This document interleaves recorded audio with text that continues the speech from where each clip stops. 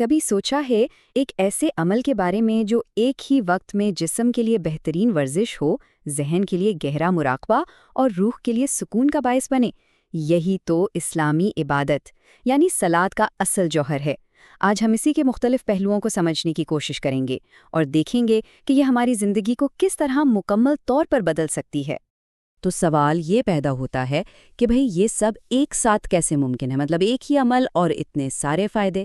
آئیے مل کر اس کی گہرائی میں اترتے ہیں اور دیکھتے ہیں کہ صلات صرف ایک رسم سے کہیں بڑھ کر کیوں ہے اور یہ ہماری زندگی کے ہر پہلو کو کیسے بہتر بناتی ہے۔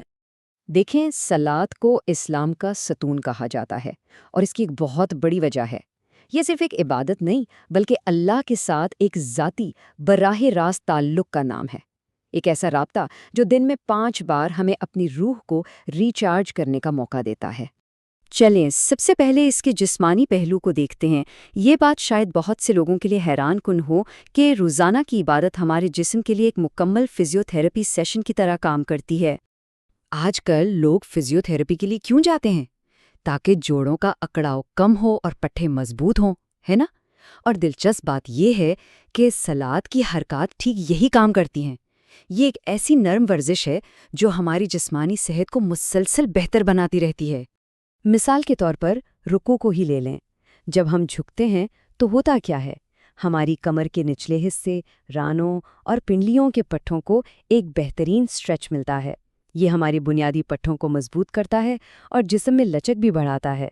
اور پھر آتا ہے سجدہ۔ جسمانی طور پر دیکھیں تو یہ گردن اور کندھوں کے پٹھوں کو مضبوط کرتا ہے، لیکن روحانی طور پر یہ وہ لمحہ ہے جہاں ایک بندہ اپنے رب کے سب سے زیادہ قریب ہوتا ہے۔ جسمانی عاجزی اور روحانی قربت کا کیا ہی زبردست امتزاج ہے۔ اچھا، ایک اور پوزیشن ہے جسے ہم اکثر صرف ایک رسم سمجھ کر ادا کر لیتے ہیں، تشہد میں بیٹھنا، لیکن اس کے بھی کمال کے جسمانی فائدے ہیں۔ یہ پوزیشن ہمارے ٹخنوں اور پیروں کو کھینچتی ہے اور ساتھ ہی ہمارے کور مسلز کو بھی مضبوط کرتی ہے۔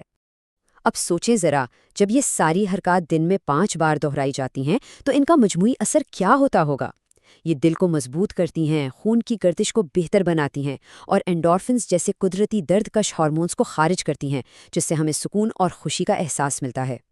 لیکن کہانی یہاں ختم نہیں ہوتی۔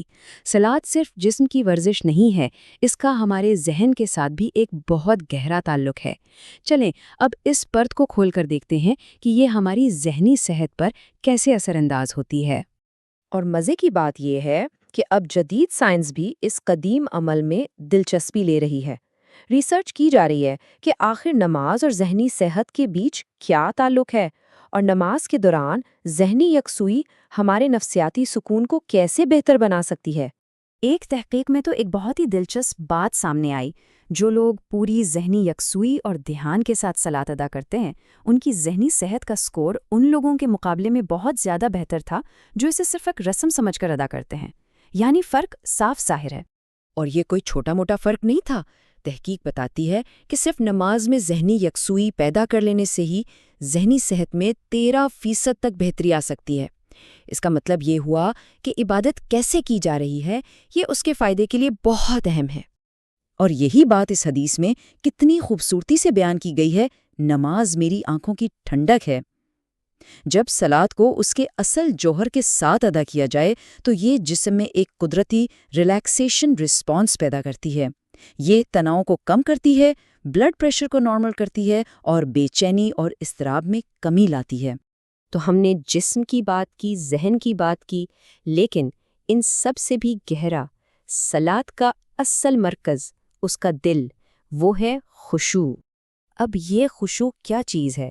یہ صرف کنسنٹریشن یا توجہ نہیں ہے، یہ اس سے کہیں بڑھ کر ہے۔ یہ عاجزی، انکساری اور خود کو مکمل طور پر اللہ کے حوالے کر دینے کی کیفیت کا نام ہے۔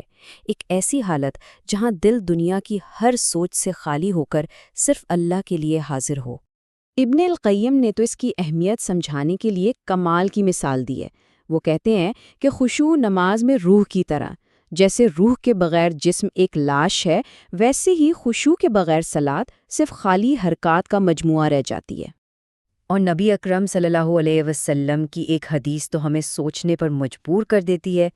آپ صلی اللہ علیہ وسلم نے فرمایا کہ خشوع وہ پہلی چیز ہوگی جو اس امت سے اٹھا لی جائے گی۔